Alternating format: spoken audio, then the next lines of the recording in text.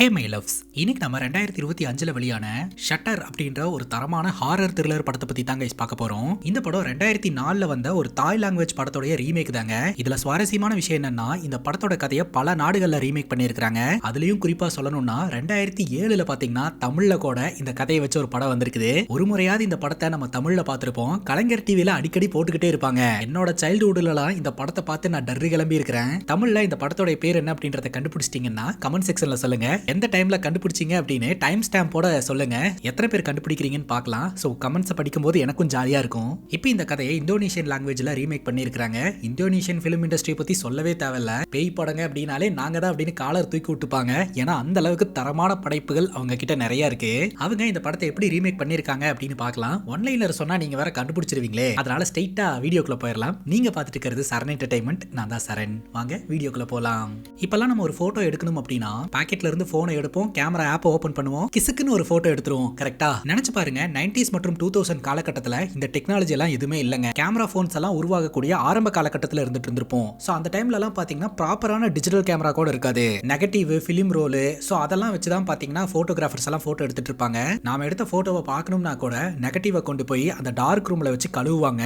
அதுக்கப்புறம் அதை போட்டோவை கன்வெர்ட் பண்ணி நம்ம கையில கொடுப்பாங்க. அந்த மாதிரியான காலகட்டத்தில் தான் இந்த கதை நடக்குது. நம்ம ஹீரோவை காட்டுறாங்க. ஹீரோடைய பேரு டார்வின். நம்ம ஹீரோ பாத்தீங்கன்னா ரொம்ப ஸ்கில்டான ஒரு போட்டோகிராஃபரா இருந்துட்டு இருக்காருங்க. அது மட்டும் இல்லாம ஸ்டூடெண்ட்ஸ்க்கெல்லாம் போட்டோகிராஃபி சம்பந்தப்பட்ட கிளாஸ் எல்லாம் எடுத்துட்டு இருக்காரு. இப்போ டிஜிட்டல் கேமரா வந்து போட்டோ எடுக்கிறது ஈஸி ஆக்கிருச்சு. பட் ட்ரெடிஷனல் மெத்தட் வந்து அவ்வளவு ஈஸியானதெல்லாம் கிடையாது. வேலை தெரிஞ்சவங்களால மட்டும்தான் இதெல்லாம் பண்ண முடியும் அப்படின்னு சொல்லிட்டு ஒரு விஷயத்தை கேப்சர் பண்றதுல இருந்து அதை எப்படி ஸ்டெப் பை ஸ்டெப்பா ப்ராசஸ் பண்ணி ஃபைனல் அவுட்புட்டை எடுக்கிறதுன்றது வரைக்கும் அந்த டார்க் ரூம்ல வச்சு தன்னோட ஸ்டூடெண்ட்ஸ்க்கெல்லாம் நம்ம ஹீரோ எக்ஸ்பிளைன் பண்ணிக்கிட்டு இருக்காருங்க.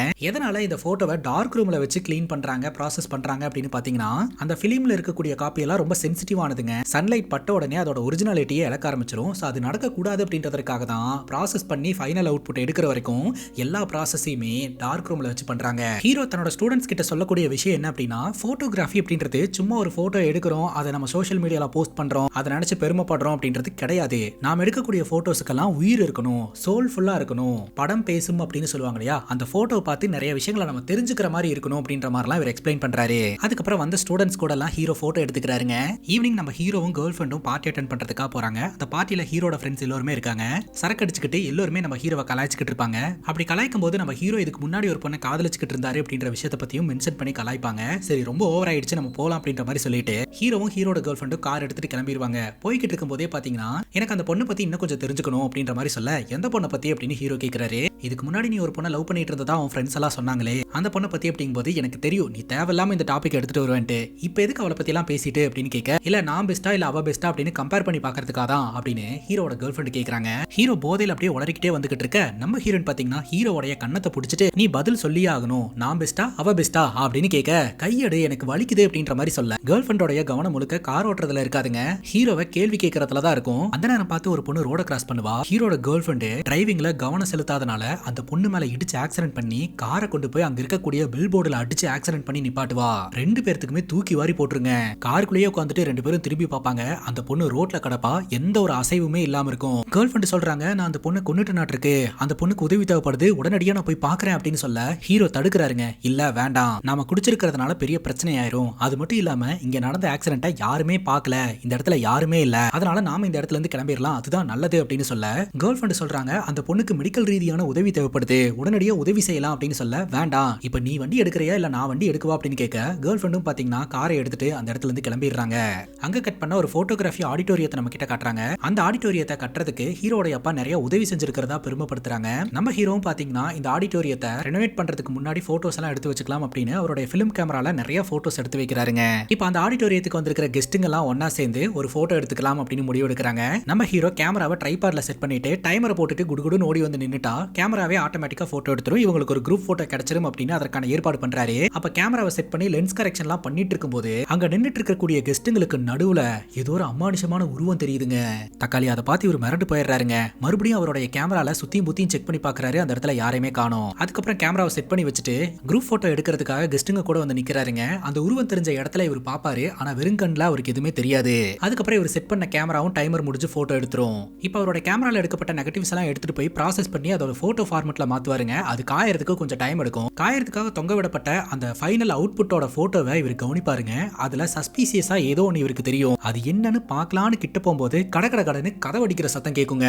ஒரு செகண்ட் மிரண்டு போயிருவாரு. திரும்பி பார்த்தா தன்னோட கேர்ள் ஃபிரெண்ட் தான் வீட்டுக்கு வந்திருப்பாங்க. நீயா அப்படின்னு சொல்லி ரிலாக்ஸ் ஆகுறாருங்க. எப்படி உன்னால எதுவுமே நடக்காத மாதிரி நார்மலா இருக்க முடியுது அப்படின்னு சொல்லி திட்டுறாங்க. இப்ப நான் என்ன செஞ்சுட்டேன்னு என்ன திட்டுற அப்படின்னு ஹீரோ கேட்க, நேத்து ராத்திரி ஒரு ஆக்சிடென்ட் பண்ணிட்டு வீட்டுக்கு வந்திருக்கிறோம். ராத்திரி ஃபுல்லா எனக்கு தூக்கமே வரல. ஆனா நீ எப்போதும் போல அன்றாட வேலைகளை பார்த்துட்டு நார்மலா இருந்துட்டு இருக்க அப்படின்னு கேட்க, ஓ அதை பத்தி பேசுறியா? நான் மார்னிங்கே செக் பண்ணி பார்த்துட்டேன். யாருமே இதை பத்தி ரிப்போர்ட் பண்ணவே இல்லை. அதனால தயவு செஞ்சு இதை பத்தி நீ யோசிக்காத அப்படின்னு ஹீரோ சொல்றாருங்க. இப்ப நம்ம ஹீரோ ப்ராசஸ் பண்ண போட்டோஸ் எல்லாத்தையும் செக் பண்ணி பாக்குறாருங்க. அந்த போட்டோஸ்ல எல்லாம் ஃபாகியான ஒரு உருவம் தெரியுது. அதை கொண்டு போய் அவரோட ஃப்ரெண்டு கிட்ட கொடுத்து செக் பண்றாரு. லென்ஸ் கிளீனா இல்லாதனால தான் இந்த மாதிரி ஃபாகியான உருவம் எல்லாம் தெரியுது அப்படின்னு ஹீரோ சொல்றாரு. ஃப்ரெண்ட் இந்த போட்டோஸ் எல்லாம் பார்த்துட்டு என்னடா பேய போட்டோ எடுத்து வச்சிருக்க அப்படின்னு சொல்ல ஹீரோக்கு திக்குன்னு ஆயிருதுங்க. உடனே அவர் சொல்றாரு, நான் சும்மா கலாய்ச்சண்டா, லென்ஸ் கிளீனா இல்லாதனால லைட் வெளிச்சம் பட்டு ரிஃப்ளெக்ட் ஆயிருக்கு. அதனால தான் இந்த மாதிரியான விஷயங்கள்லாம் வந்திருக்கு. இப்பதான் டிஜிட்டல் கேமரா எல்லாம் வர ஆரம்பிச்சிருச்சு இல்லையா? இதை தூக்கி போட்டு டிஜிட்டல் கேமராக்கு மாறிக்க வேண்டியது தானே, உன்னோட வேலையும் ஈஸி ஆயிரும் அப்படின்னு சொல்ல அதுல பெருசா இன்ட்ரெஸ்ட் காட்டாம இவர் கேமராவை கிளீன் பண்ணி வாங்கிட்டு அந்த இடத்துல இருந்து கிளம்பிடுறாருங்க. அங்க கட் பண்ணா ஹீரோட கேர்ள் ஃப்ரெண்டு சோஃபால உட்காந்துட்டு ஹெட்போனை மாட்டிக்கிட்டு பாட்டு கேட்டுக்கிட்டு இருப்பாங்க. அப்ப திடீர்னு நோ அப்படின்னு ஒரு சத்தங்க. இந்த சத்தத்தை கேட்டு ஹெட்போனை கழட்டி பார்த்தா அந்த இடம் நார்மலா தான் இருக்குது. தண்ணி ஒழுகுற சத்தம் மட்டும் எங்கிருந்தோ கேட்டுட்டே இருக்குதுங்க. நம்ம ஹீரோன் அந்த சத்தத்தை ஃபாலோ பண்ணிக்கிட்டே நடந்து போக ஆரம்பிக்கிறாங்க. பார்த்தா இந்த போட்டோவை எல்லாம் ப்ராசஸ் பண்றதுக்காக அந்த வீட்ல ஒரு ரூம் இருக்குங்க, அந்த டார்க் ரூம். அந்த டார்க் ரூமோட டோர் ஓபன் பண்ணா அந்த ரூமுக்குள்ள போட்டோவை கழுவுறதுக்காக ஒரு வாஷ் பேஷன் இருக்குது. அதுல தான் தண்ணி லீக் ஆயிட்டு இருக்கு. அதை ஆஃப் பண்றதுக்காக நம்ம ஹீரோட கேர்ள் ஃப்ரெண்ட் உள்ள நுழையறாங்க. பட்டுன்னு டோர் லாக் ஆகுதுங்க. சரி ஆஃப் பண்ணிட்டு போயிடலாம் அப்படின்னு அதை ஆஃப் பண்ணலான்னு கிட்ட வந்து பார்த்தா அந்த வாஷ் பேஷனுக்குள்ள இருந்து ஏதோ ஒரு கருப்பு கலர்ல உருவம் எழுந்திருக்குதுங்க. அதை பார்த்து ஹீரோட கேர்ள் ஃப்ரெண்ட் மிரண்டு போயிடுறாங்க. தக்காளி தெரிச்சடிச்சிட்டு ஓட ஆரம்பிக்கிறாங்க. போய் டோர் ஓபன் பண்ணலாம்னு நினைக்கும் போது அந்த வாஷ் பேஷனுக்குள்ள இருந்து ஒரு கையொன்னு வெளியில வருது. பட்டுன்னு பார்த்தா இது எல்லாமே கனவுங்க. ஹீரோ கேர்ள் ஃப்ரெண்டோட காதுல இருந்து அந்த ஹெட்போனை கழட்டுறாங்க. என்னாச்சு, ஏன் ஒரு மாதிரி இருக்க, ஏதாவது கனவு கண்டையா என்ன அப்படின்னு யோசிக்கும் போதுதான் ஹீரோனுக்கு தோணுது இது எல்லாமே கனவு அப்படின்ட்டு. இவ்வளவு நேரம் எங்க போயிருந்த அப்படின்னு கேட்கும்போது ஹீரோ சொல்றாரு, இந்த மாதிரி ஃப்ரெண்டை பாக்குறதுக்காக தான் போயிருந்தேன். அவன்கிட்ட இந்த போட்டோல இருக்கக்கூடிய பிரச்சனையை பத்தி சொன்னேன். அவன் என்ன தெரியுமா சொன்னா, நான் பேய கேப்சர் பண்ணிருக்கேன் அப்படின்னு சொன்னா அப்படின்னு சொல்லிட்டு சிரிக்கிறாருங்க. நம்ம ஹீரோன் சொல்றாங்க, நேத்து ராத்திரி ஒரு ஆக்சிடென்ட் நடந்தது இல்லையா, அந்த ஆக்சிடென்ட் ஸ்பாட்டுக்கு நம்ம போயிட்டு வரலாமா அப்படின்னு கேட்கும்போது, எதுக்கு நீ திரும்ப திரும்ப அதையே பத்தி பேசிக்கிட்டு இருக்க அப்படின்னு கேட்க, என்னோட மனசு அதை பத்தியே திங்க் பண்ணிக்கிட்டு இருக்குது. அங்க யாருக்கும் எதுவும் ஆகல அப்படின்றத மட்டும் நான் தெரிஞ்சுக்கிட்டேன்னா நான் கொஞ்சம் ரிலாக்ஸ் ஆயிருவேன் அப்படின்ற மாதிரி கேர்ள் ஃப்ரெண்ட் சொல்றாங்க. சரி வா போலாம் அப்படின்னு சொல்லிட்டு இவங்க ரெண்டு பேருமே ஆக்சிடென்ட் நடந்த அந்த ஸ்பாட்டுக்கு போறாங்க. அங்க ஒரு ஐஸ்கிரீம் கடை ஒன்னு போட்டிருப்பாங்க. அந்த கடையில ஐஸ்கிரீம் வாங்குற மாதிரி போயிட்டு அங்க உடஞ்சு கிடக்கிற பில் போர்டை காமிச்சு, இந்த போர்டு எப்படி உடஞ்சது அப்படின்னு கேட்கும்போது, தெரியலங்க, இங்க ஏதோ ஒரு ஆக்சிடென்ட் ஆயிருக்கும் போல, அதனாலதான் உடஞ்சிருக்கு அப்படின்னு சொல்ல, அப்படியா யாராவது ஏதாவது அடிபட்டு இருக்கா அப்படின்னு கேட்கும்போது, யாருக்கும் அடிபடல, மேபி நான் அந்த டைம்ல இருந்திருந்தேன்னா எனக்கு தான் அடிபட்டு இருக்கும் அப்படின்ற மாதிரி இந்த ஐஸ்கிரீம் கடைக்காரர் சொல்றாரு. ரொம்ப கன்ஃபியூஷனோடயே ரெண்டு பேரும் கார் கிட்ட போறாங்க. அப்ப ஹீரோட ஃப்ரெண்டு ராஜா கால் பண்றாருங்க. அவரோட இன்ஃப்ளூயன்ஸை பயன்படுத்தி போலீஸ் டிபார்ட்மெண்ட்ல விசாரணை பண்ணிருக்காருங்க. சோ இந்த இடத்துல ஆக்சிடென்ட் நடந்ததா யாருமே ரிப்போர்ட் பண்ணவே இல்லையா. ஆனா ஹீரோட கேர்ள் ஃப்ரெண்ட் என்ன சொல்றாங்கன்னா, நம்ம ரெண்டு பேருமே கண்ணால பார்த்தோம், நமக்கு கிளியரா தெரியும் நம்ம கார்ல ஒரு பொண்ணு அடிபட்டா, இப்ப யாருமே பார்க்கல, யாருக்குமே இன்ஜூரி ஆகல அப்படிங்கும்போது எனக்கு சம்திங் ராங்னு தோணுது அப்படிங்கும்போது, அதான் யாரும் இல்ல, யாரும் ரிப்போர்ட் பண்ணலன்னு தெரிய வருதுல, இதை பார்த்து நம்ம சந்தோஷம் தானே படணும், இனிமேல் இதை பத்தி திங்க் பண்ணாத அப்படின்னு ஹீரோ தன்னோட கேர்ள் ஃப்ரெண்டை சமாதானப்படுத்துறாருங்க. இப்ப ஹீரோட கேர்ள் ஃப்ரெண்ட் ஒரு போட்டோகிராஃபி கிளாஸ்ல கலந்துப்பாங்க. அந்த ப்ரொஃபசர் பாத்தீங்கன்னா ஒரு சில சாம்பிள் போட்டோஸ் எல்லாம் காமிச்சு அந்த போட்டோல இருக்கிற விஷயத்தை எக்ஸ்பிளைன் பண்றாருங்க. அந்த சாம்பிள் போட்டோஸ்ல எல்லாம் கோஸ்ட் இருக்கிற மாதிரியான உருவம் தெரியுங்க. அந்த ப்ரொஃபசர் என்ன சொல்லுவாரு அப்படின்னா, ஆக்சுவலா இது எல்லாமே எடிட்டட் போட்டோஸ், எல்லா கேமரால இருந்து வர போட்டோஸையும் நம்மளால எடிட் பண்ண முடியும். ஆனா ஒரே ஒரு கேமரால இருந்து வர போட்டோ மட்டும் எடிட்டே பண்ண முடியாது. ஏன்னா கம்ப்ளீட்டா எல்லாமே அந்த கேமராக்குள்ளேயே ப்ராசஸ் ஆகி வெளியில வந்துரும். அதுதான் போலரைடு கேமரா அப்படின்னு அந்த கேமராவை பத்தி எக்ஸ்பிளைன் பண்ணிக்கிட்டு இருப்பாருங்க. ஏன்னா அந்த கேமரால எடுக்கக்கூடிய போட்டோஸ் இன்ஸ்டன்ட்டா வெளியில வந்துரும், கரெக்டா? ஆனா மத்த கேமரால எடுக்கக்கூடிய போட்டோஸ் எல்லாம் நம்ம எடுத்துட்டு போய் ப்ராசஸ் எல்லாம் பண்ணுவோம். சோ அந்த ப்ராசஸிங்ல எடிட்டிங் நடக்கிறதுக்கு வாய்ப்பு நிறைய இருக்கு. இப்போ நம்ம ஹீரோ அந்த ஆடிட்டோரியத்துல எடுத்த குரூப் போட்டோவை ரெடி பண்ணிக்கிட்டு இருப்பாருங்க. சோ நெகட்டிவ்லயே அந்த குரூப் போட்டோல ஏதோ ஒரு ஷேடு தெரியற மாதிரி இருக்கும். இவர் அந்த பூத கண்ணாடி எல்லாம் வச்சு செக் பண்ணி பாப்பாரு. அதுக்கப்புறம் ப்ராசஸ் பண்றதுக்கான வேலையை தொடங்கிடுவாரு. ஒன்ஸ் ப்ராசஸ் பண்ணி அந்த போட்டோவை கழுவி எடுக்கும் போது அந்த குரூப் போட்டோல ஒரு பெண்ணோட உருவம் நல்லா தெரியுங்க. அந்த பொண்ணோட உருவம் டப்புன்னு நம்ம ஹீரோவை திரும்பி பாக்குற மாதிரி இருக்கும் போட்டோலயே. ஹீரோக்கு தூக்கி வாரி போட்டுருங்க. பார்த்தா ரூமுக்குள்ள ஹீரோட கேர்ள் ஃப்ரெண்ட் வந்திருப்பாங்க. ஹீரோ வேலை பண்றத பாக்குறதுக்காக வந்திருப்பாங்க போல. கரெக்டா போன் அடிக்கிற சத்தம் கேக்குது. போன் அடிக்குது, நான் போய் பார்த்துட்டு வரேன் அப்படின்னு சொல்லிட்டு ஹீரோ வெளியில வருவாருங்க. தக்காளி அங்கதாங்க ஒரு தாறுமாறான ட்விஸ்ட். போன் பண்றது யாரு அப்படின்னா ஹீரோட கேர்ள் ஃப்ரெண்ட். இப்பதான் ஹீரோட கேர்ள் ஃப்ரெண்ட் தான் பக்கத்துல இருந்தா, ஆனா அவகிட்ட இருந்தே கால் வருது அப்படின்னு சொல்லிட்டு எதுக்கும் அட்டன் பண்ணி பார்க்கலாம் அப்படின்னு அட்டன் பண்ணி பேச ஆரம்பிக்கிறாருங்க. அப்ப ஹீரோட கேர்ள் ஃப்ரெண்ட் சொல்றாங்க, இப்பதான் நான் ஒரு ப்ரொஃபஸரோட கிளாஸ்ல இருந்து வெளியில வந்தேன். உன்னோட கேமரால எடுக்கப்பட்ட போட்டோஸ்ல எல்லாம் ஒரு அமானுஷமான உருவம் தெரியுது அப்படின்னு சொல்லிட்டு இருந்தேன் இல்லையா, அதே மாதிரியான விஷயங்களை பத்தி தான் இன்னைக்கு கிளாஸ்ல அவர் எக்ஸ்பிளைன் பண்ணாரு. நம்ம நேரடியா அவரை மீட் பண்ணோம்னா நமக்கு இதை பத்தின டீடைல் ஏதாவது தெரிஞ்சுக்கிறதுக்கு வாய்ப்பு இருக்கு. நம்ம அவரை பார்க்க போலாமா அப்படின்னு கேட்க, சரி நான் பிஸியா இருக்கேன் அப்புறம் கூப்பிடுறேன் அப்படின்னு ஒரு போனை கட் பண்றாருங்க. நேரா அந்த போட்டோ கழுவக்கூடிய டார்க் ரூம் கிட்ட போறாருங்க. பார்த்தா அந்த இடத்துல யாரையுமே காணோம். அப்ப அப்ப கொஞ்ச நேரத்துக்கு முன்னாடி கேர்ள் ஃப்ரெண்ட் மாதிரியே ஒரு பொண்ணு வந்து நின்னாலே அது யாரு அப்படின்னு ஹீரோக்கு ரொம்பவே குழப்பமா இருக்குதுங்க. அதுக்கப்புறம் கேர்ள் ஃப்ரெண்ட் சொன்ன மாதிரியே அந்த ப்ரொஃபஸரை மீட் பண்றதுக்காக ஹீரோ போறாருங்க. அந்த குரூப் போட்டோல இருக்கக்கூடிய அந்த விசித்திரமான ஷேடோவையும் காட்டுறாரு. அதை பார்த்து இந்த ப்ரொஃபஸர் என்ன சொல்றாருன்னா, இந்த மாதிரியான விஷயங்கள் வந்து போட்டோல கேப்சர் ஆகிறது சாதாரண விஷயம் தான். இதுவே ரிப்பீட்டடா நடந்துட்டு இருந்துச்சு அப்படின்னா இதுக்கு பின்னாடி ஒரு விஷயம் இருக்குன்னு தான் அர்த்தம். அப்படிதான் நம்ம எடுத்துக்கணும். ஃபார் எக்ஸாம்பிள், நான் என்னோட மனைவி மற்றும் குழந்தைய என்னோட டிஎஸ்எல்ஆர் கேமரா வச்சு போட்டோ எடுத்துட்டு இருந்தேன். அப்படி எடுக்கும்போது என்னோட மனைவி மற்றும் குழந்தைக்கு பின்னாடி ஏதோ ஒரு அமானுஷமான உருவம் தெரிஞ்சது. ஒரு போட்டோல 2 போட்டோலன்னு பார்த்தா பல போட்டோல ஒரே மாதிரியான உருவம் தெரிய ஆரம்பிச்சது. இது என்ன ஏதுன்னு சொல்லிட்டு இந்த போட்டோஸ் எல்லாம் நான் டீப்பா அனலைஸ் பண்ண ஆரம்பிச்சேன். அப்பதான் இந்த போட்டோல தெரியற அந்த மர்ம உருவம் இறந்து போன என்னோட அம்மாவோட உருவம்னு தெரிய வந்தது. எதனால அம்மாவோட உருவம் இப்படி போட்டோல கேப்சர் ஆகுது அப்படின்னு செக் பண்ணி பார்க்கும்போது தான் என்னோட அம்மா எனக்காக ஒரு மெசேஜ் வச்சிருந்திருக்காங்க. அதை சொல்லணும் அப்படின்றதுக்காக தான் இந்த மாதிரி பின்தொடர்ந்து வந்துட்டு இருந்திருக்காங்க அப்படின்னு சொல்ல, அப்படி என்ன மெசேஜ் அப்படின்னு கேட்கும்போது, அவங்களுக்கு நான் ஒரே ஒரு பையன், அவங்க என்ன ரொம்ப மிஸ் பண்ணி இருந்திருக்காங்க, அதை சொல்லணும்னு நினைச்சிருந்திருக்காங்க, அதனாலதான் போட்டோல தெரிஞ்சுக்கிட்டு இருந்திருக்காங்க அப்படின்ற மாதிரி அந்த ப்ரொஃபசர் சொல்றாருங்க. அதுக்கப்புறம் எனக்கு இந்த போட்டோஸ் மேல ரொம்ப இன்ட்ரெஸ்ட் ஜாஸ்தி ஆயிடுச்சு. ஸோ இதே மாதிரி யாராவது போட்டோஸ் கேப்சர் ஆயிருக்குதா அப்படின்னு சொல்லிட்டு நான் செக் பண்ண ஆரம்பிச்சேன். அதன் மூலமா நிறைய பேர் இந்த மாதிரி போட்டோஸ் வச்சிருந்தாங்க. ஸோ அந்த போட்டோ ஆய் செஞ்சதன் மூலமா அந்த குடும்பத்துல ஒருத்தர் தான் அவங்களுக்கு பின்னாடி தெரிஞ்சிருக்காங்க அப்படின்றது தெரிய வந்தது. ஒரு காரணத்தினால அந்த குடும்பத்தை அவங்க ஃபாலோ பண்ணிட்டு இருந்திருக்காங்க அப்படின்றதும் தெரிய வந்தது அப்படின்னு சொல்ல, ஹீரோ சொல்றாரு, ஆக்சுவலா உங்ககிட்ட இந்த மாதிரி எல்லாம் ஃபூல் பண்ணியிருக்காங்க, இது எல்லாமே எடிட் பண்ண போட்டோஸ் அப்படின்னு சொல்ல, அப்பதான் நம்ம ஹீரோட கேர்ள் ஃப்ரெண்ட் சொல்றாங்க, ஆக்சுவலா இது எல்லாமே போலரைட் கேமரால எடுக்கப்பட்ட போட்டோஸ், அதையெல்லாம் நம்மளால எடிட் பண்ண முடியாது அப்படின்னு சொல்ல ஹீரோ யோசிக்க ஆரம்பிக்கிறாருங்க. இப்போ ஹீரோ எடுத்த போட்டோஸ் எல்லாம் இந்த மாதிரி வந்திருக்கு இல்லையா, இதற்கான மீனிங் என்ன அப்படின்னு கேட்கும்போது, இதற்கான மீனிங் அந்த போட்டோலயே தான் இருக்கு, அதை நம்ம தான் கண்டுபிடிக்கணும் அப்படின்ற மாதிரி சொல்றாரு. இப்போ நம்ம ஹீரோ ஒரு மாடலை போட்டோ ஷூட் பண்றதுக்காக போவாருங்க. அங்க போட்டோ ஷூட் முடிச்சுட்டு அந்த மாடல் அந்த இடத்துல இருந்து கிளம்பி போயிருவாங்க. திடீர்னு அங்க இருக்கக்கூடிய ரூம்ல கம்ப்ளீட்டா லைட் எல்லாம் ஆஃப் ஆயிருது. போட்டோ எடுக்கும்போது ஃபிளாஷ் லைட் வரும் இல்லையா, அந்த மாதிரி ஃபிளாஷ் லைட் மட்டும் வந்து போயிட்டு இருக்குதுங்க. யார் இந்த மாதிரி பண்ணிட்டு இருக்கிறது, யாராவது விளையாடுறீங்களா அப்படின்னு சொல்லிட்டு இவர் டென்ஷனாகி கத்த ஆரம்பிக்கிறாரு. அப்ப அந்த ஃபிளாஷ் லைட் வந்து போகும்போது ஹீரோக்கு பின்னாடி ஏதோ ஒரு அமானுஷ உருவம் அப்படியே நின்றுட்டு இருக்கிற மாதிரி நமக்கு தெரியுதுங்க. அதுக்கப்புறம் மெயின் பாக்ஸ் எங்க இருக்கு அப்படின்றத பார்த்து ஆஃப் பண்ணி ஆன் பண்ண உடனே அந்த ரூம்குள்ள லைட் வந்துருது. நம்ம ஹீரோக்கு ரொம்பவே கழுத்து வலிக்க ஆரம்பிக்குதுங்க. அந்த கழுத்து வலி தாங்க முடியாம இவர் ஹாஸ்பிட்டலுக்கு போறாரு. ஹாஸ்பிட்டலுக்குள்ள போன உடனே பிபி, வெயிட், டெம்பரேச்சர் அப்படின்னு சொல்லிட்டு ஜெனரல் செக்அப் எல்லாம் பண்ணுவாங்க இல்லையா, அப்ப இவரோட வெயிட்டை செக் பண்ணி பார்க்கும்போது கிட்டத்தட்ட 120 கிலோக்கு மேல காட்டுதுங்க. ஆனா இவர் பாக்குறதுக்கு ஒல்லியா தான் இருக்கிறாரு. அப்புறம் இந்த எம்ஆர்ஐ ஸ்கேன் எடுக்கிறது அப்படின்னு சொல்லிட்டு பலதரப்பட்ட ஸ்கேன் எல்லாம் பண்ணி பாக்குறாங்க. சோ எல்லாத்துலயுமே இவரோட ஹெல்த் ரிப்போர்ட் ரொம்ப நார்மலா தான் வந்திருக்கு. ஹீரோ டாக்டர் கிட்ட சொல்றாரு, ஒரு ஆக்சிடென்ட் நடந்ததுங்க, அந்த ஆக்சிடென்ட்க்கு அப்புறம் என்னோட கழுத்தெல்லாம் ரொம்ப வலிக்க ஆரம்பிச்சிருச்சு அப்படின்னு சொல்ல, மேபி மசில்ஸ் எல்லாம் ஒரு மாதிரி ஸ்ட்ரெஸ்ஸா இருந்திருக்கலாம், அதனால கூட உங்களுக்கு பெயின் வரலாம், நான் வந்து பிரிஸ்கிரிப்ஷன் கொடுக்குறேன், அதை ஃபாலோ பண்ணுங்க சரியாயிரும் அப்படின்ற மாதிரி டாக்டர் எழுதி கொடுக்குறாங்க. இப்போ நம்ம ஹீரோ அவரோட ஃபிளாட்ல உட்காந்துட்டு போட்டோஸ் எல்லாத்தையும் செக் பண்ணி பார்த்துக்கிட்டு இருப்பாருங்க. அப்ப யாரோ ஒருத்தங்க ஹீரோக்கு பின்னாடி நின்னுட்டு இருக்கிற மாதிரி தோணும். யாருன்னு பார்த்தா ஹீரோட ஃப்ரெண்டு தாங்க வந்திருப்பாரு. அவரோட பேர் டியோங்க. நேரா நம்ம ஹீரோ கிட்ட வந்துட்டு அந்த போட்டோஸ் எல்லாம் எங்க, அந்த போட்டோஸை கொடு, எல்லாத்துக்கும் காரணம் அவதான் அப்படின்ற மாதிரி சொல்ல, உனக்கு என்னாச்சு, எந்த போட்டோஸை பத்தி பேசுற, அது மட்டும் இல்லாம அளவுக்கு அதிகமா குடிச்சிருக்க, உன் கேர்ள் ஃப்ரெண்டு கூட பஞ்சாயத்தா, இரு உன் கேர்ள் ஃப்ரெண்டுக்கு கால் பண்றேன் அப்படின்னு சொல்லிட்டு இவர் போய் போன் எடுத்து கேர்ள் ஃப்ரெண்டுக்கு கால் பண்றாரு. அவரோட கேர்ள் ஃப்ரெண்டுக்கு லைன் போலங்க. திரும்பி பார்த்தா பின்னாடி நின்னுட்டு இருந்த தன்னோட ஃப்ரெண்டை காணோம். எங்க போனாரு என்ன ஆனாருன்னு தெரியலங்க. அங்க கட் பண்ணா ஹீரோவோட கேர்ள் ஃப்ரெண்டை காட்டுறாங்க. அந்த ஆடிட்டோரியத்துல எடுக்கப்பட்ட போட்டோஸ்ல தானே அந்த மாதிரி அமானுஷமான உருவம் எல்லாம் தெரிஞ்சது. அதனால ஹீரோட கேர்ள் ஃப்ரெண்ட் ஒரு போலரைடு கேமரா வாங்கிட்டு அந்த ஆடிட்டோரியத்துக்கு தனியா போறாங்க. சோ அங்க பாக்குற இடங்களை எல்லாம் போட்டோஸ் எடுத்து செக் பண்ணி பாக்குறாங்க. அதுல பெருசா எதுவுமே கேப்சர் ஆகல.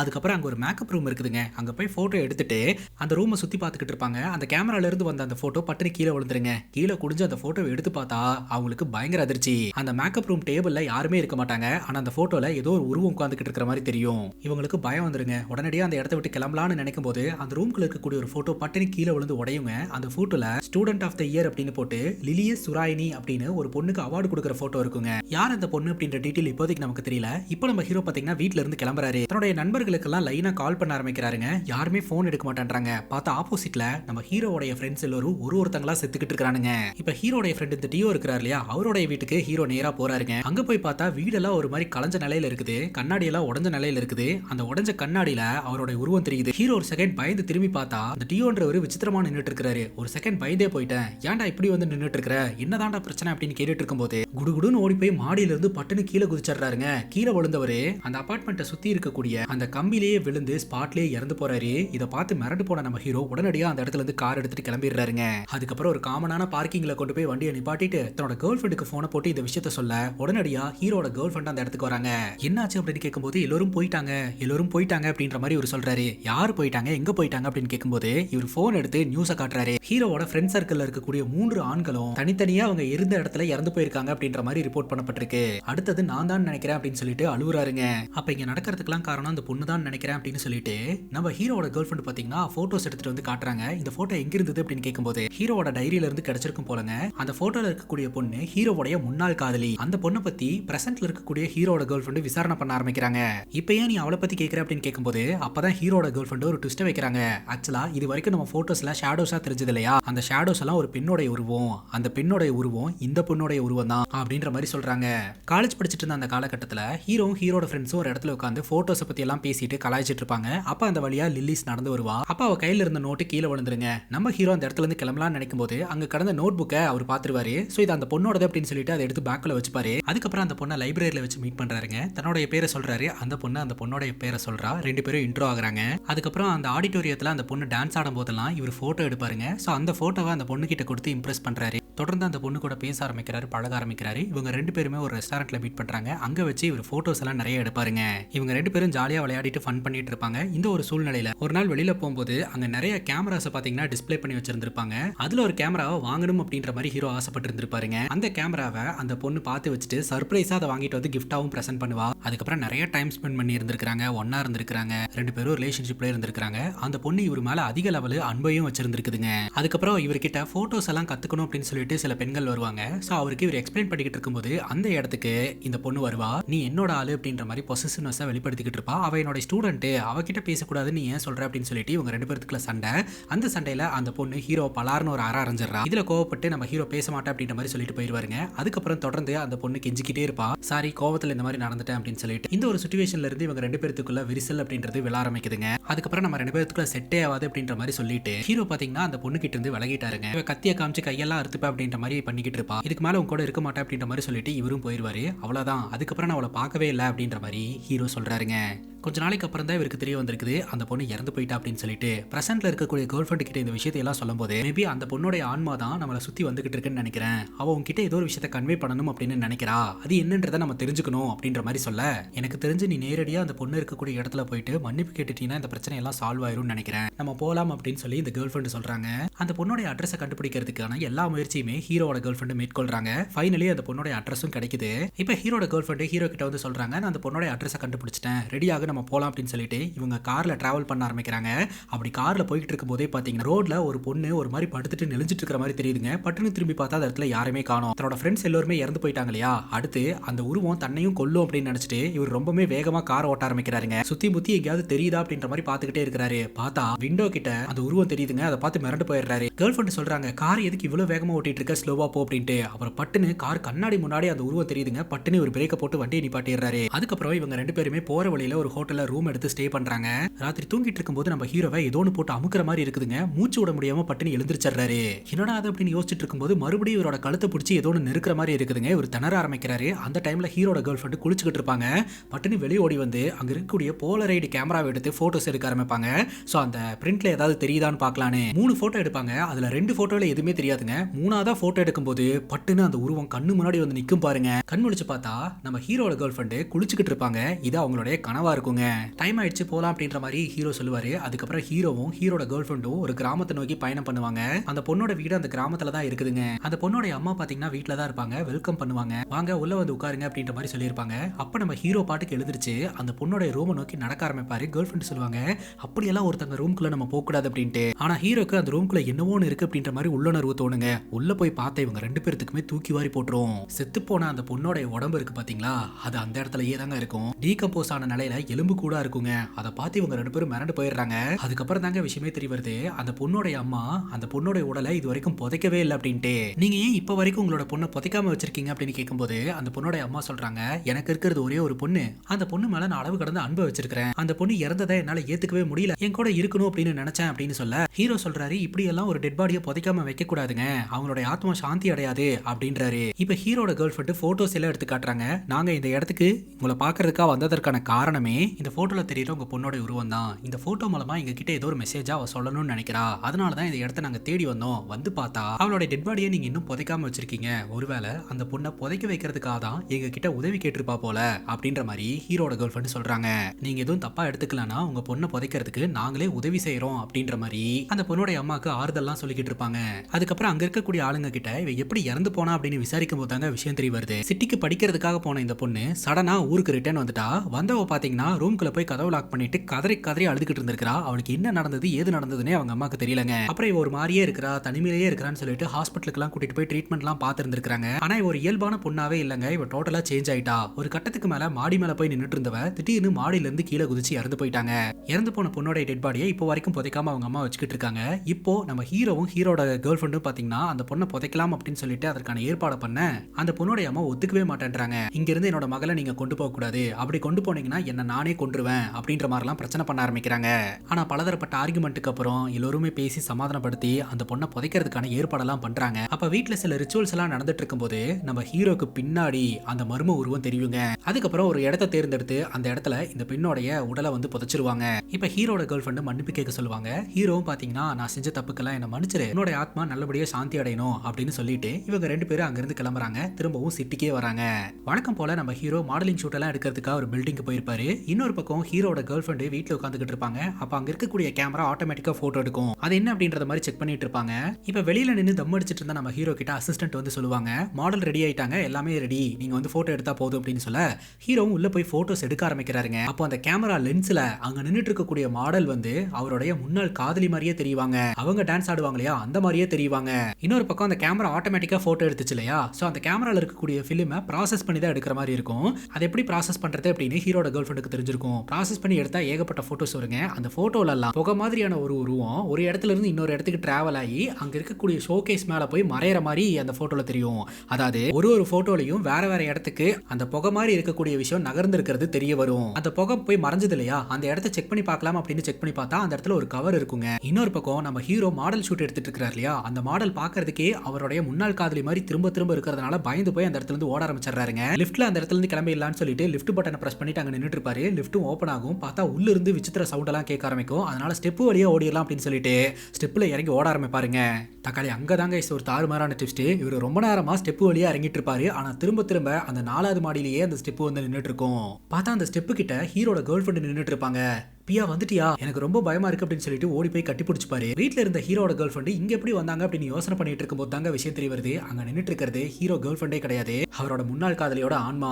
அதை பார்த்து பயந்துட்டு மறுபடியும் ஓட ஆரம்பிக்கிறாருங்க. எத்தனை முறை அந்த படிக்கட்டுல ஓடினாலும் திரும்ப திரும்ப அதே இடத்துக்கு வருதுன்னு சொல்லிட்டு ஜன்னல் வழியா இறங்கி வெளியே பாத்தீங்கன்னா லேடர் மாதிரி ஒன்னு வச்சிருப்பாங்க எமர்ஜென்சிக்காக. அந்த லேடர்ல இறங்க ஆரம்பிக்கிறாருங்க. பார்த்தா மேல இருந்து முன்னாள் காதலியோட பேய் இவரை ஃபாலோ பண்ணிக்கிட்டே இறங்கிட்டு வந்துட்டு இருக்கு. ஒரு கட்டத்துக்கு மேல அந்த லேடர் கிட்டேயே வந்து பயமுறுத்த அந்த லேடர்ல இருந்து கை எடுத்துறாருங்க. மாடியில இருந்து கீழே விழுந்து தலையில பலமா அடிபட்டு அப்படியே கண்ணை மூடுறாரு. பார்த்தா அந்த அமானுஷமான உருவம் அவர் பக்கத்திலேயே உட்காந்துக்கிட்டு இருக்கும். அங்க கட் பண்ணா ஹீரோவோட வீட்டுல ஹீரோட கேர்ள் ஃப்ரெண்டுக்கு ஒரு கவர் கிடைச்சிருக்கும் இல்லையா, அந்த கவருக்குள்ள நிறைய போட்டோஸ் இருக்குங்க. அந்த போட்டோஸ் எல்லாம் எடுத்து ப்ராசஸ் பண்ணி பார்க்கும்போது தான் ஒரு தாறுமாறான அதிர்ச்சியே நமக்கு தெரிய வரும். ஆக்சுவலா ஹீரோடைய முன்னாள் காதலி இருக்காங்க இல்லையா, அவங்க கிட்ட ஹீரோடைய ஃப்ரெண்ட்ஸும் ஹீரோவும் அத்துமீறல ஈடுபட்டு இருந்திருக்காங்க. அந்த பொண்ணு ஆணித்தனமான அன்பை வெளிப்படுத்திருக்கும். ஆனா இவரு அந்த பொண்ணை ரொம்ப மோசமா ட்ரீட் பண்ணி இருந்திருக்காருங்க. அவரோட ஃப்ரெண்ட்ஸ் எல்லாம் இந்த பொண்ணு கிட்ட அத்துமீறல ஈடுபடும் போது இவர் அங்க நின்று போட்டோஸ் எல்லாம் எடுத்துட்டு இருந்திருப்பாரு. அந்த போட்டோஸோட நெகட்டிவ் காப்பீஸ் தான் அதெல்லாம். இந்த மன உளைச்சல் தாங்க முடியாம தான் இந்த பொண்ணு ஊருக்கு போய் அதுக்கப்புறம் கீழே விழுந்து இறந்து போயிருந்திருக்கிறா. இப்ப நம்ம எல்லாருக்குமே புரியும்னு நினைக்கிறேன் அந்த பொண்ணு எதற்காக நம்ம ஹீரோவையும் ஹீரோட ஃப்ரெண்ட்ஸையும் துரத்தி கொன்னா அப்படின்னு. அங்க கட் பண்ணா ஹீரோட கேர்ள் ஃப்ரெண்ட் இந்த விஷயத்தை தெரிஞ்சுக்கிட்டு வீட்டுக்குள்ள போயிட்டு எல்லா பொருட்களையும் போட்டு அடிச்சு உடச்சு கதற ஆரம்பிக்கிறாங்க. தன்னோட பாய் ஃப்ரெண்ட் இவ்வளவு மோசமானவன் அப்படின்ட்டு. அங்கதான் இன்னொரு ட்விஸ்டையும் வைக்கிறாங்க. அவ்வளவு பெரிய மாடியில இருந்து கீழே விழுந்த நம்ம ஹீரோ செத்து போயிருப்பாரு அப்படின்னு பார்த்தா அவர் சாக கிடையாதுங்க. அவரை ஹாஸ்பிட்டலில் கொண்டு போய் அட்மிட் பண்ணியிருக்கிறாங்க. அவர் உயிரோட தான் இருக்கிறாரு. ஹாஸ்பிட்டலுக்கு நம்ம ஹீரோட கேர்ள் ஃப்ரெண்டு அந்த போட்டோஸை எடுத்துட்டு பார்க்கறதுக்காக போறாங்க. அவர் படுத்து கிடப்பாருங்க. அவர் மேலேயே இந்த போட்டோஸ் எல்லாம் தூக்கி போட்டு நீ என்ன செஞ்ச, எதனால இதெல்லாம் நடக்குது அப்படின்றத நீயே பாரு அப்படின்னு சொல்லிட்டு அங்க இருந்து கிளம்பிடுவாங்க. இப்போ நம்ம ஹீரோ இருக்கிறார் இல்லையா, டிஸ்சார்ஜ் ஆகி வீட்டுக்கு வருவாருங்க. அவர் கையில இந்த போட்டோஸ் எல்லாம் இருக்கும். எப்படியும் அந்த ஆன்மாவோட பிரசன்ஸ் இங்க தான் இருக்கும் அப்படின்றத தெரிஞ்சுக்கிட்டு நான் தான் உங்ககிட்ட பல தடவை மன்னிப்பு கேட்டுட்டேன்ல, ஏன் திரும்ப திரும்ப என்னை இப்படி டார்ச்சர் பண்ற அப்படின்ற மாதிரி கேட்பாருங்க. உங்ககிட்ட தான் நான் பேசிட்டு இருக்கேன், நீ எங்க ஒளிஞ்சிட்டு இருக்க, வெளியில வா அப்படின்னு பயங்கரமா சத்தம் போடுவாரு. ஆனா அந்த வீடு அமைதியாவே தான் இருக்கும். அவதான் நார்மல் கண்கள்ல தெரிய மாட்டாளே, அதனால அந்த போலரைடு கேமரா எடுத்துட்டு வீடு முழுக்க போட்டோஸ் எடுக்க ஆரம்பிக்கிறாருங்க. எந்த போட்டோலையுமே அமானுஷமான உருவம் எதுவுமே கேப்சர் ஆகல. தயவு செஞ்சு வெளியில வா, என்ன கொல்லு அப்படின்ற மாதிரி ஒரு கத்துறாருங்க. ஆனா அந்த இடத்துல எதுவுமே நடக்கல, நார்மலா இருக்குது. கேமரா தூக்கி வீசிடுறாரு. கீழே விழுந்த கேமரா கீழே விழுந்து அடுத்த செகண்டே போட்டோ எடுக்குது. அந்த போட்டோ எடுத்து செக் பண்ணி பார்க்கும்போது தான் தக்காளி தாறுமாறான ஒரு டெஸ்ட்டுங்க. வீடு முழுக்க போட்டோ எடுத்தார் இல்லையா, எங்க எங்கேயுமே அந்த உருவம் கேப்சர் ஆயிருக்காது. ஏன்னா அந்த உருவம் உட்கார்ந்துகிட்டு இருக்கிறதே ஹீரோவுடைய கழுத்துல. அதனாலதான் அடிக்கடி அவருக்கு கழுத்து வலி ஏற்பட்டு இருந்திருக்குது. ஹாஸ்பிட்டல்ல போய் வெயிட் செக் பண்ணி பார்க்கும்போது 120க்கும் மேற்பட்ட கிலோ காமிச்சிருந்திருக்குது. அந்த ஷோல்டர்ல உட்காந்துக்கிட்டு இருக்கக்கூடிய அந்த உருவத்தை அங்கிருந்து துரத்தி ஓட்டுறதுக்கு பல முயற்சி எடுப்பாருங்க. ஆனா இவரால எதுவுமே பண்ண முடியாது. கண்ணாடி எல்லாம் உடச்சிட்டு கீழே விழுந்துருவாரு. ஒரு கட்டத்துக்கு மேல அங்க இருக்கக்கூடிய ஸ்விம்மிங் பூல்குள்ளேயே போய் விழுந்துருவாரு. அங்க கட் பண்ணா இந்த ஆடிட்டோரியத்துல ஹீரோட கேர்ள் ஃப்ரெண்ட் ஹீரோ என்ன பண்ணி வச்சிருந்தாரு அப்படின்றத எல்லாத்தையும் எக்ஸ்போஸ் பண்ணிடுவாங்க. லிலியாஸ் அப்படின்ற ஒரு பொண்ணு ஸ்காலர்ஷிப்ல இந்த காலேஜ்ல படிச்சிட்டு இருந்திருக்கா. சோ அந்த பொண்ணை மேக்கப் ரூம்ல வச்சு ஹீரோட ஃப்ரெண்ட்ஸும் பாலியல் வன்புணர்வு பண்ணி இருந்திருக்காங்க. சோ இவங்க எல்லாம் போட்டோகிராஃபி ஃபீல்டுல இருக்கிறதுனால அந்த ஃபீல்டு மூலமாவே இந்த ஆன்மா பழி வாங்கி இருக்கு அப்படின்றது தெரிய வருதுங்க. அங்க கட் பண்ணா ஸ்விம்மிங் பூல்குள்ள விழுந்த ஹீரோ செத்துட்டாரா அப்படின்னு பாத்தீங்கன்னா இல்லங்க, மறுபடியும் அடிப்பட்ட நிலைமையில ஹாஸ்பிட்டல்ல கொண்டு போய் வச்சிருக்காங்க. ஹீரோட கேர்ள் ஃப்ரெண்ட் பாக்குறதுக்காக வராங்க. அப்போ ஹீரோ ஒரு மாதிரி கூண் விழுந்த மாதிரி உட்காந்துக்கிட்டு இருப்பாருங்க. ஏன் அப்படின்னு பாத்தீங்கன்னா இன்னும் அந்த பேய் அவரை விட்டு போக கிடையாது. அவரோட ஷோல்டர்லயே தான் உட்காந்துக்கிட்டு இருக்குது. அது இவரை விட்டு போற மாதிரி இல்லங்க, இவரை அணுவணுவா டார்ச்சர் பண்றதுக்காக தான் இவர் கூடயே இருக்குது. இதோட இந்த படம் முடியுதுங்க. இந்த படத்தை பத்தி நீங்க என்ன நினைக்கிறீங்க அப்படின்னு கமெண்ட் செக்ஷன்ல சொல்லுங்க. அண்ட் எந்த டைம்ல இது நம்ம தமிழ்ல பார்த்த சிவி படம் அப்படின்றத கண்டுபிடிச்சிங்க அப்படின்றதையும் மறக்காம சொல்லுங்க. இதே மாதிரி வேற ஒரு நல்ல வீடியோல வந்து சந்திக்கிறேன். Love you guys, take care and cheers.